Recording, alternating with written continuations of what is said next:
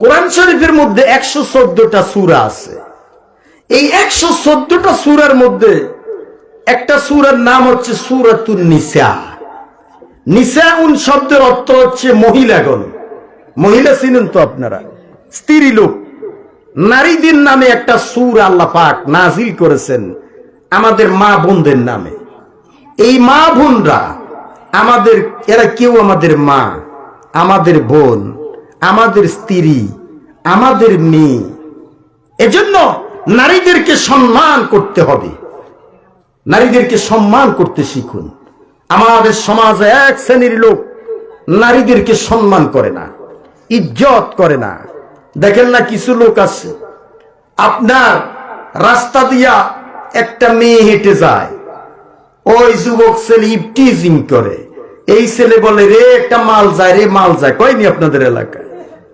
কিন্তু যেই ছেলেটা একটা মহিলা যাচ্ছে, ওই মহিলাকে মাল বলে সম্বোধন করতেছে, কিন্তু তার বোনটাকে, তার স্ত্রীটাকে যদি কেউ মাল বলে তার সহ্য হবে কিনা?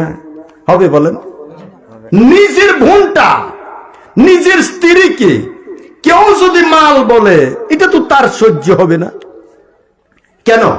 ও যুবকেরা, পথে দিয়ে যখন একটা মেয়ে যায়, তুমি ওটাকে তোমার মা মনে করতে পারো না? তোমার বোন মনে করতে পারো না? ওদেরকে, মা বোনদেরকে ইজ্জত করতে হবে। এরা আমাদেরই সমাজের একটা অংশ।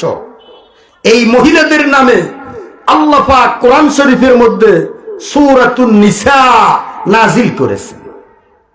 আল্লাহর হাবিব ফরমান, আল্লিমু নিসাকুম সূরাতান নিসা ওয়া সূরাতান নূর। আল্লাহ পাকের হাবিব, আমাদের নবী, বিশ্ব নবী মুহাম্মদুর রাসূলুল্লাহ সাল্লাল্লাহু আলাইহি সাল্লাম, তিনি বলতেছেন, ও দুনিয়ার মানুষ, তোমরা তোমাদের স্ত্রীদেরকে, তোমাদের মেয়েদেরকে সূরা নিসা শিখাও আর সূরা নূর শিখাও। এই সূরা নিসার মধ্যে, সূরা নূরের মধ্যে নারীর অধিকারের কথা বিশেষভাবে বলা হয়েছে। আমাদের মহিলারা, আমাদের মা বোন, এরা আজকে কোরআন থেকে দূরে। এই কোরআনের সূরা নিসা যদি তারা পড়তো, সূরা নূর যদি তারা পড়তো, তাহলে এই মহিলাগুলা ইসলাম তাদেরকে যে অধিকার দিয়েছে সেই অধিকার সম্পর্কে তারা বুঝতো। ইসলাম নারীদেরকে যে অধিকার দিয়েছে, পৃথিবীর অন্য কেউ এই অধিকার দেয় নাই। ইসলাম নারীর অধিকার দিয়েছে।